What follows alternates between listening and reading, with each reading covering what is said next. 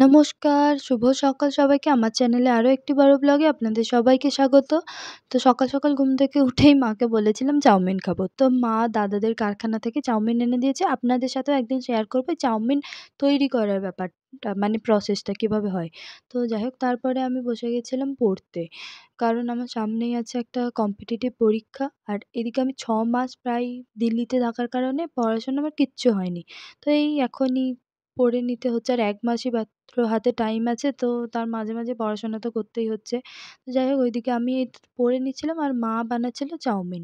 আর শীতকালে তো চাউমিনের জন্য অনেক সবজি থাকে, তো এর জন্য শীতকালে খেতে ভালোও লাগে। এই সময় তো ছিল না, তো ওই যে গাজর, আলু আর দিয়েই বানানো হয়েছে, পেঁয়াজ দিয়ে। আর আমি ছোট্টবেলা থেকে মাকে বলে আসছি যে আমাকে বড়, বড় চাউমিনগুলো বানিয়ে দাও। কিন্তু মা সেই কেটে কুচো, কুচো করেই দেয়। কেন আমি জানি না। তো যাই হোক, এবারে মা এদিকে চাউমিনটা বানিয়ে নিচ্ছে, আমি পড়ছিলাম। তো তারপরে মা আমাকে ডাকলো যে "তুই আয়, এসে একটুখানি আটাটা মেখে দে।" আসলে বাবা এইসব ময়দার জিনিস খাবে না, তো বাবার ডায়াবেটিস আছে, তো ওই কারণে রুটি বানাতে হবে। তো আমি আটা মেখে দিলাম আর মা বানালো রুটিটা। এই দেখুন ফুলকো, ফুলকো রুটি কী সুন্দর।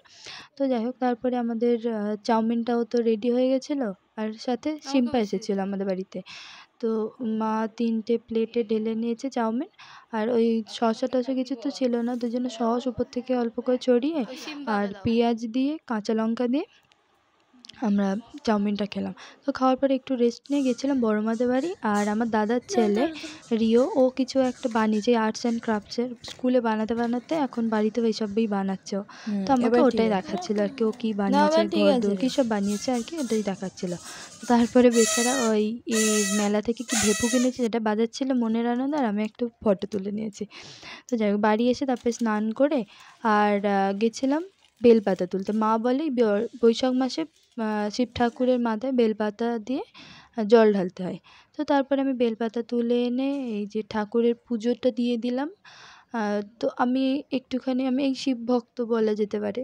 মানে আমি অ্যাকচুয়ালি ঠাকুর ভক্ত, এক কথায় বলতে গেলে।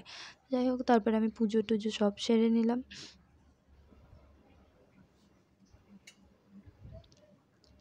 আর এই পুজো টুজো করার সময় একটু মন দিয়ে না করলে হয় বলুন?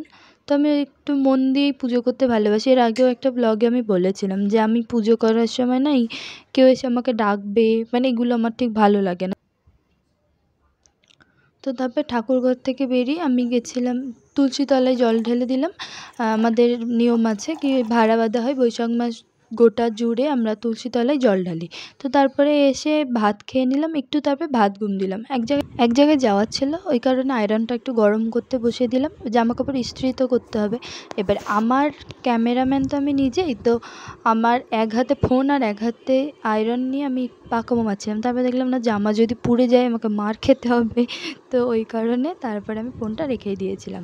আর দিয়ে কী, কী পরবো সেগুলো সব এক জায়গায় করে নিলাম। কী, কী মানে লাগবে আর কি সব কিছু দিয়ে তারপরে সাজুগুজু করে বেরিয়ে পড়লাম। এই যে দেখুন, এটা আমার ফুল লুক। তো আজকে এই পর্যন্তই, দেখা হবে নতুন ব্লগে। বাই।